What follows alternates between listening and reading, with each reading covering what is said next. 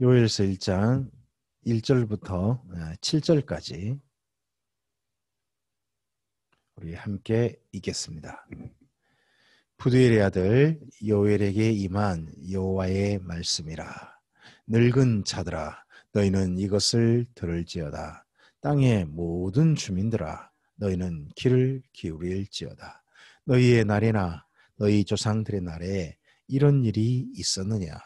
너희는 이 일을 너희 자녀에게 말하고 너희 자녀는 자기 자녀에게 말하고 그 자녀는 후세에 말할 것이니라.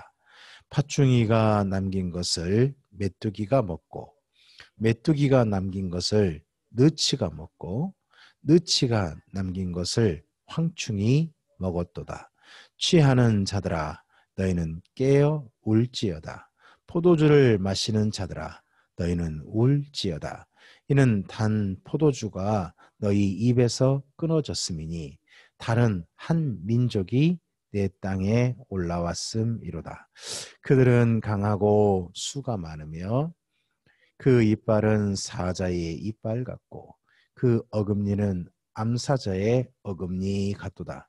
그들이 내 포도나무를 멸하며 내 무화과 나무를 긁어 말갛게 벗겨서 버리니 그 모든 가지가 하얗게 되었도다.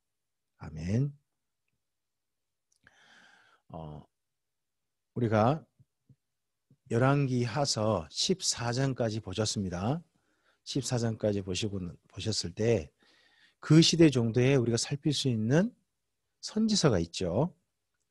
남유다를 향해서 볼 수 있는 선지서가 요엘서가 되고요. 그 당시에 존재하는 북이스라엘에 해당되는 말씀이 호세아, 아모스, 요나서 세 권이 됩니다. 그 중에서 우리 남유다를 향하신 말씀인 요엘서를 먼저 보십니다. 요엘서는 사실 어느 시대를 향한 말씀인지 정확하게 알 수가 없습니다. 왜냐 그러면 1절에 부두엘의 아들 요엘에게 임한 여호와의 말씀이라 했지 그가 어느 시대에 살았는지 이야기되지 않아요. 그래서요 구약 성경 말씀 가운데 가장 시대가 이해하기 어려운 성경 중에 한 권이 요엘서입니다. 그래서 요엘서는요 지금 우리처럼 북이스라엘의 좀 호세아, 요나, 아모스 그 시대 정도의 그때 정도에 활약했던 남유다 사람이지 않느냐 이렇게 보는 생각이 하나 있고요. 또 하나는 말라기 때 정도의 선지자가 아니냐 그런 생각도 있습니다. 그런 생각도 있는데 우리가 알 수가 없어요. 왜냐 그러면 1절 말씀을 가지고 내용 가지고도 어느 시대를 향한 말씀인지는 안 나와요. 다만 보면 장소가 나와요. 그게 시온이라고 돼 있거든요. 그럼 시온이 어디냐 그러면 예루살렘이에요. 그럼 예루살렘을 중심으로 일어난 일이에요. 그리고 또 하나가 또 알 수 있는 게 방금 우리가 읽었던 2절부터 7절 사이에 무슨 일 때문에 이걸 썼는가 하는 게 보여요. 그게 뭐냐 그러면 메뚜기 재앙이 있었다는 거예요. 근데 그 메뚜기 재앙이 엄청 났나 봐요. 2절, 3절을 보세요. 늙은 자들아 너희는 이것을 들을지어다. 땅의 모든 주민들아 너희는 귀를 기울일지어다. 너희의 날에나 너희 조상들의 날에 이런 일이 있었느냐. 먼저 2절에 이렇게 말을 해요. 그럼 뭔가 일이 일어난 거예요. 근데 이 사람들도 그 시대에 살고 있는 사람들로 처음 겪은 일이고요. 조상들에게도 이 정도의 일이 없었던 거예요. 이런 일이 있었느냐. 그 말은 뭐예요? 없었다는 소리죠. 그러면 처음으로 겪은 어떤 큰 일인 거예요. 근데 그 큰 일이 뭐냐? 큰 일을 일단 좀 볼까요? 그 다음에 3절 너희는 이 일을 너희 자녀에게 말하고 너희 자녀는 자기 자녀에게 말하고 그 자녀는 후세에 말할 것이다. 그 말은 뭔 말이죠? 길이길이 기억할 만한 일이라는 거죠. 이건 후손들한테도 꼭 말해줘가지고 기억할 만한 일. 그 정도로 어떤 일이 지금 이 요엘서를 쓸 당시에 일어난 거예요. 그 일이 뭐냐? 4절 보니까 팥중이가 남긴 것을 메뚜기가 먹고요. 메뚜기가 남긴 것을 느치가 먹고 느치가 남긴 것을 황충이 먹었답니다. 여기에 뭐 곤충 종류가 한 4종류 나와요. 팥중이, 메뚜기, 느치, 황충. 우리나라 말로 보니까 다 다른 곤충이에요. 약간 다른 곤충처럼 돼 있어요. 그런데 이게 본래 히브리 말로 보면요. 다 메뚜기예요. 어른 메뚜기, 애기 메뚜기, 일반 메뚜기, 뭐 그런 메뚜기 하여튼. 메뚜기들이지 이게 뭐 다른 종류의 그런 곤충은 아니에요. 그러니까 메뚜기 떼에 습격이 있었다는 거예요. 어떠세요? 메뚜기 떼가 습격한 게 큰 재앙이다. 우리는 그게 상상이 되나요? 우리나라는 전혀 안 돼요. 왜냐 그러면 우리나라는요. 메뚜기로 인해 가지고 온 나라가 피해를 입었다. 그런 일이 없잖아요. 근데 여기는 지금 메뚜기 때문에 큰 피해를 입었다는 거예요. 우리나라는 그 정도로 메뚜기 떼가 엄청나게 번식하고 하는 일이 없어요. 그런데 여기 이스라엘 민족이 살았던 가나안 땅이나요. 그리고 뭐 아프리카나 그리고 또 중앙아시아 이쪽 가면요. 메뚜기 떼로 인한 엄청난 피해가 사실은 있어요. 그리고요. 거기 메뚜기는요. 우리나라 메뚜기보다 훨씬 큰기도 한데요. 한번 먹으면 엄청나나 봐요. 근데 볼까요? 5절 취하는 자들아 너희는 깨어 울지어다. 포도주를 마신 자들아 너희는 울지어다. 이는 단 포도주가 너희 입에서 끊어졌음이니 다른 한 민족이 내 땅에 올랐답니다. 여기 다른 한 민족이라고 그러니까 사람 같잖아요. 근데 이전 개역 한글에는 다른 한 이족이라고 돼 있어요. 이상한 족속. 저는 한 민족은 사람이 돼버리니까 특정돼 버리잖아요. 그러면 메뚜기, 느치, 황충, 팥중이가 다 뭐란 소리예요? 한 민족이다. 뭐 그렇게 이해가 될 수 있잖아요. 근데 나중에 읽어보면 전혀 그렇지 않아요. 메뚜기대로 이해할 수 있으니까 한 이상한 족속. 여지껏 이렇게 피해를 입은 족속을 본 적이 없다. 그렇게 이해하는 게 더 좋을 것 같습니다. 근데 먼저 5절을 보시면 단 포도주가 끊어졌다 그러죠. 그럼 단 포도주는 뭐가 거두어져야 마실 수 있을까요? 포도가 거두어야 돼요. 근데 단 포도주가 끊어졌단 말은 포도가 큰 피해를 입었다는 거죠. 그래서 그 다음 보니까 어떤 한 이적한 족속이 올라왔는데 그들이 7절에 그들이 내 포도나무를 멸하며 내 무화과 나무를 긁어 맑게 벗겨서 버리니 그 모든 가지가 하얗게 되었답니다. 여기 포도와 무화과가 그 이스라엘 민족 땅에서 나는 대표적인 과일이에요. 과일. 지금은 그 땅에 뭘 많이 심냐 그러면 지금은 이게 뭐 대표라기보다는 오렌지를 많이 심어요. 이스라엘 땅에. 그러나 예전에는 포도나무라든지 무화과나무가 대표였었어요. 근데 이것들이 전부 다 벗겨져 버렸다는 거죠. 그래서 피해를 입은 거예요. 계속 또 볼까요? 8절부터 12절 읽어보겠습니다. 너희는 처녀가 어렸을 때에 약혼한 남자로 말미암아 굵은 배를 동이고 애곡함같이 할지어다. 소재와 전제가 여호와의 성전에서 끊어졌고 여호와께 수종드는 제사장은 슬퍼하도다. 밭이 황무하고 토지가 마르니 곡식이 떨어지며 새 포도주가 말랐고 기름이 다하였도다. 농부들아 너희는 부끄러워할지어다. 포도원을 가꾸는 자들아 곡할지어다. 이는 밀과 보리 때문이라. 밭의 소산이 다 없어졌음이로다.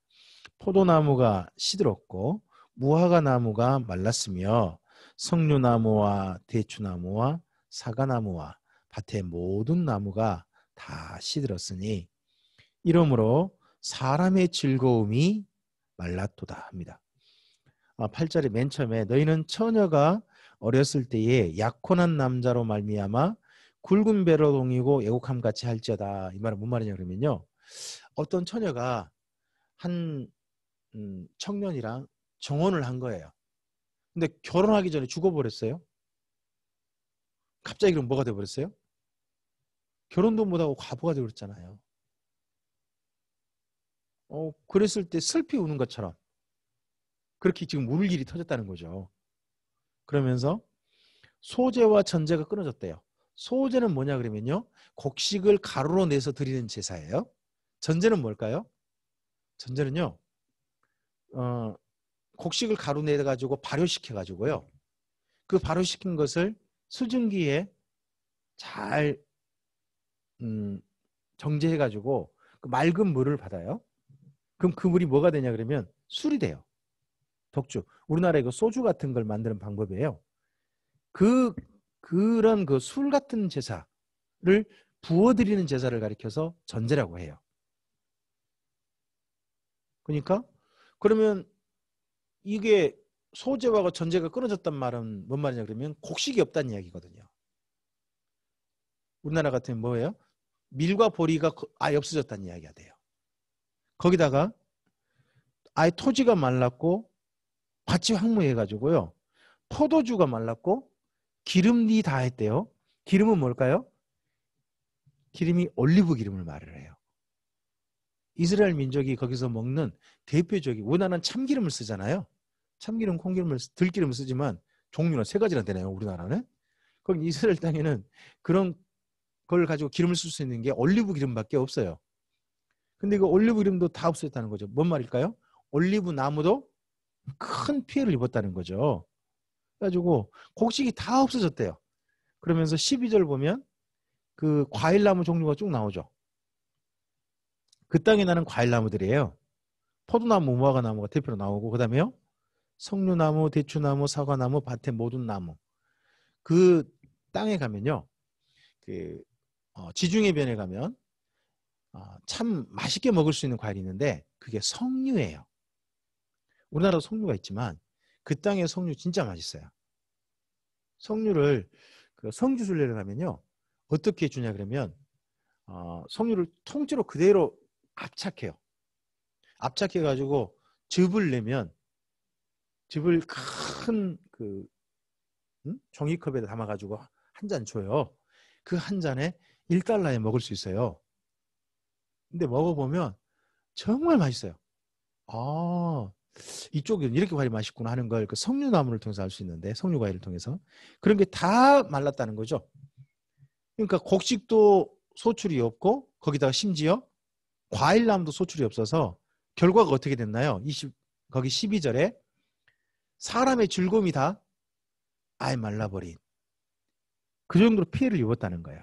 이 피해를 입었으니까 그 다음에 요청을 하는 게 13절 이하입니다. 13절부터 20절까지 함께 읽어볼까요? 제사장들아, 너희는 굵은 배로 동이고 슬피 울지어다. 제단의 수종 두른 자들아, 너희는 슬피 울지어다.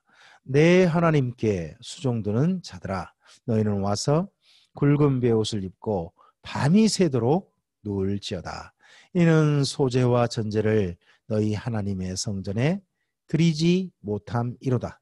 너희는 금식일을 정하고 성회를 소집하여 장로들과 이 땅의 모든 주민들을 너희 하나님 여호와의 성전으로 모으고 여호와께 불을 지질지어다. 슬프다 이 날이여, 여호와의 날이 가까웠나니 곧 멸망같이 전능자에게로부터 이르리로다.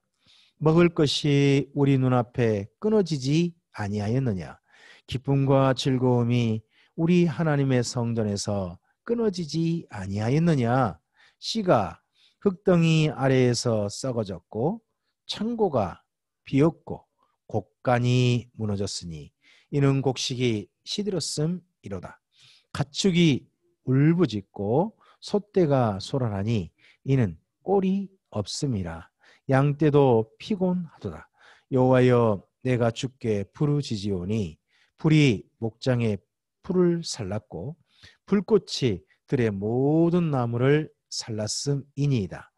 들짐승도 주를 향하여 헐떡거리오니 시내가 다 말랐고 들의 풀이 불에 탔음이니이다 합니다. 계속해서 요엘서의 특징이 뭐냐 그러면요, 먼저 뭔가 요구를 해요. 요청을 해요. 그러면서요, 그 당시 상황을 이야기해요. 글을 읽어보면, 그래서 우리가 이런 일을 겪지 않았느냐 하기 전에 먼저 우리가 성전에 모이자, 하나님 앞에 기도하자, 뭐 이런 이야기를 하는 거예요. 근데 오늘 방금 읽었던 거기 15절 있죠. 15절을 보면 거기 14절을 보면 이 장소가 어딘지 보여요? 거기 이런 말 있죠. 너희 하나님 여호와의 성전으로 모으고, 이 말 있죠. 14절에. 그러면 여호와의 성전이 있는 도시는 하나밖에 없어요.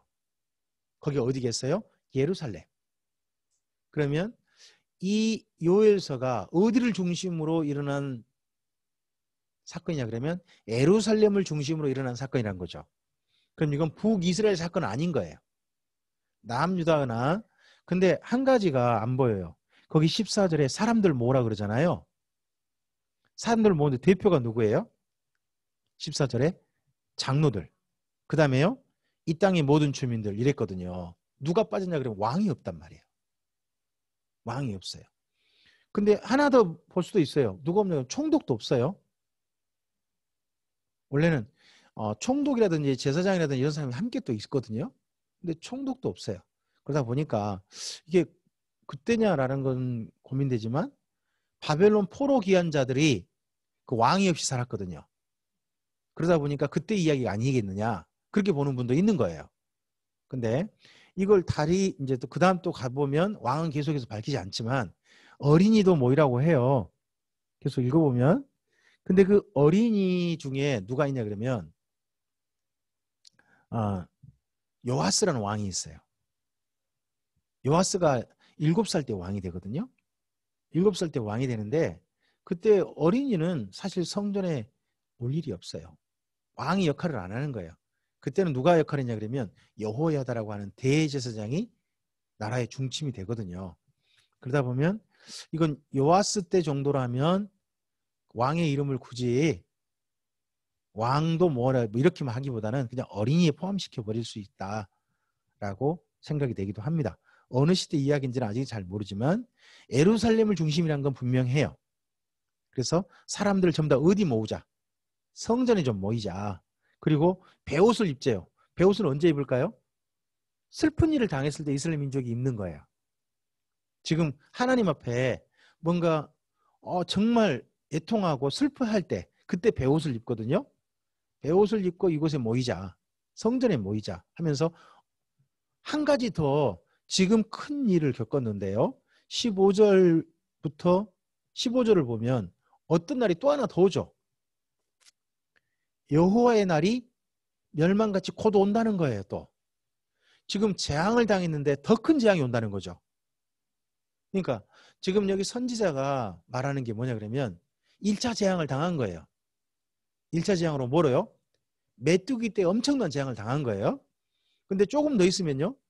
더 큰 재앙이 지금 온다는 거 이 땅에. 그 재앙이 오니까 제발 재앙 오기 전에 우리가 어디에 모이자? 하나님의 성전에 모이자 라고 하는 거예요 지금요. 그러면서 지금 자기들 상황을 다시 한번 이야기하죠. 거기 16절부터 20절까지 보면요. 먼저는요. 창고에 아무것도 없대요. 그리고 곡식을 땅에 뿌렸더니요. 흙 밑에 썩어버렸대요. 흙 밑에 썩은 건 언제 썩을까요? 곡식이 씨를 뿌렸는데 썩었대요. 비가 안 온 거예요. 안 와가지고 싹이 발악 안 나는 거예요. 발악 안 된 거예요. 그러니까 땅 흙을 만나니까 싹은 튀었네요. 근데 그대로 물기가 없으니까 땅 밑에서 그대로 썩어버리는 거예요. 그리고 창고도 비었어요. 뿐만 아니라 뭐도 없어요. 거기 19절 보니까 꼴도 없죠. 18절에 꼴이 없단 말은 들에 풀이 없다는 얘기죠. 들에 풀이 없어요. 거기다가 또 19절 보면 무슨 또 현상이 또 일어나냐 그러면 들에 불이 났나 봐요. 불이 나가지고 들판도 다 태워져 버린 거예요. 그러다 보니까 사람들이 기르지 않는 들에 사는 짐승들 또 먹을 것이 없고 물도 없으니까 헐떡거리고 있다 하는 게 지금 이 나라 상황인 거예요. 지금 이게 뭘까요? 요즘으로 말해볼게요. 요즘 이걸 뭐라고 하냐면 국가적 재난이라고 해요. 나라가 자칫하면요. 뭐 외세에 들어온 침입이 아니라 이 자연재해 때문에 나라가 곧 망하게 생긴 거예요. 그 정도로 지금 심각한 위기란 말이에요. 그러니까 선지자가 모두 하나님의 성전에 모이자고 하는 게 여기 요엘서입니다. 어떻습니까? 우리나라가 지금 벌써 코로나가 이 피해 때문에 1년 6개월이 벌써 됐어요. 그죠? 제가 작년 1월 그때 성경 강좌 준비했다가 성경 강좌를 우리 교회에서 못했어요. 2월 달에. 이 코로나 있다는 것 때문에. 그러고 나서 지금 우리가 모이기가 힘들어졌죠. 그리고 또 만날 때 마스크 쓰고 만나고요. 밖에 나가서 식사도 지금 여러 사람 모이도 못하고 함께 만남도 피해야 되고 그랬죠. 지금 백신을 맞는다고 하지만 백신이 뭐 계속 연구한 거 아니에요. 백신 한번 맞으면 이게 바이러스용이라 1년짜리예요. 1년짜리. 그럼 내년에 또 맞아야 돼요. 계속해서 어떻게 보면 제약회사 들 돈 불려주는 일들에 우리가 돈 불려주면서 우리의 삶을 살 수밖에 없는 그런 상황이 좀 돼가고 있어요. 이게 앞으로 또 여기에 또 다른 바이러스나 또 다른 재앙이 없을 거라고 우리는 말할 수 없어요. 사람들이 가지고 온 여러 가지 잘못으로 인해서 이 땅에 지금 수많은 지구상에도 수많은 기상이변이 일어나고 있고요. 많은 피해들이 실질적으로 일어나고 있죠. 그리고 또 우리 환경도 그러하게 됐어요. 예전에 없던 질병이요. 지금은 사람들의 새로운 질병으로 나타나고 있어요. 그럼 앞으로도 더 큰 질병과 또 다른 기상이변이 우리 삶 속에 우리 곁에 실질적으로 올 수밖에 없다고 저는 생각을 해요. 그러한 일이 있을 때 우리가 할 수 있는 게 뭘까요? 그런 기상이변이라든지 사람들이 스스로 만든 재앙에 대처하는 것도 있겠지만 하나님 앞에 모이는 게 저는 필요하다고 생각합니다. 하나님 앞에 함께 모여서 하나님 앞에 이런 날이 우리에게 이르지 않기를, 더 큰 재앙이 우리에게 이르지 않기를 부르짖어 기도해야 할 것이 필요하다고 생각합니다. 물론 우리가 한 자리에 모이기는 어려울 수 있습니다. 하지만 요즘은 인터넷이란 이런 걸 통해 가지고 우리가 함께 모일 수 있잖아요. 함께 마음을 같이 해서 주님 앞에 모임을 가지고 기도할 수 있잖아요. 우리 삶에 재앙이 오고 재난이 왔을 때 우리가 해야 할 일 한 가지가 있다면 하나님 앞에 서기를 더욱 힘써야 한다는 겁니다. 이러할 때 우리의 삶의 자리에서 하나님 앞에 모이기를 소홀히 한다면 도리어 더 큰 재앙이 올 수도 있는 그런 내일을 맞이할 수 있다고 생각합니다. 그러기 전에 여기 요엘서가 하나님 앞에 모이기를 힘쓰자라고 이제 우리 하나님 앞에 더 큰 재앙이 오기 전에 하나님 앞에 제발 모이자고 했던 것처럼 우리도 하나님 앞에 우리의 삶을 위해서 우리 자녀의 삶에 더 큰 재앙이 오지 않기를 위해서 모여서 마음을 같이 하여 기도하고 하나님을 바라봤으면 합니다. 주님의 선하신 은혜가 도우심이 우리와 우리의 자녀들에게 우리의 삶의 자리에 나타나기를 소원합니다. 기도하겠습니다. 주님 감사합니다. 함께 요엘서 말씀을 이제 보아갑니다. 선지자가 그 시대에 나타났던 재앙, 재난을 하나님께서 보내신 걸로 규정하고 그 시대에 살고 있는 사람들에게 제발 하나님 앞에 모이자고 합니다. 왜냐하면 그 겪은 일도 이전에 겪지 못한 큰 일이었지만 앞으로 더 큰 재앙이 기다리고 있기에 하나님 앞에 모여서 기도하자라고 합니다. 하나님 앞에 부르짖자고 합니다. 주님, 우리 시대에도 이전에 겪지 못한 재난을 우리는 직접 겪었고 그 재난 속에 서 있습니다. 재난이 아니도록 하기 위해서 최선을 다하고 있습니다만은 결국은 이 모든 바이러스의 공포에서 우리는 벗어날 수는 없을 것 같습니다. 문제는 앞으로도 더 큰 재난이 우리에게 오지 말라는 보장이 없습니다. 주님, 이러할 때 주님 앞에 모이기를 힘쓸 수 있는 주님 앞에 서기를 힘쓸 수 있는 우리들이 되게 하옵소서. 주님의 선하신 도우심을 구하고 하나님께서 이 땅 가운데 재난이 아니라 평안을 주시기를 우리의 일상이 회복되기를 하나님 앞에 바라며 하나님께 우리의 마음을 다하여 소원으로 간구할 수 있는 우리들이 되게 하옵소서. 그런 은혜를 허락하실 하나님을 우리의 삶의 자리에서 뵐 수 있도록 주님 도와 주시옵소서. 주님께 우리의 삶을 의탁드리오며 예수님 이름으로 기도합니다. 아멘.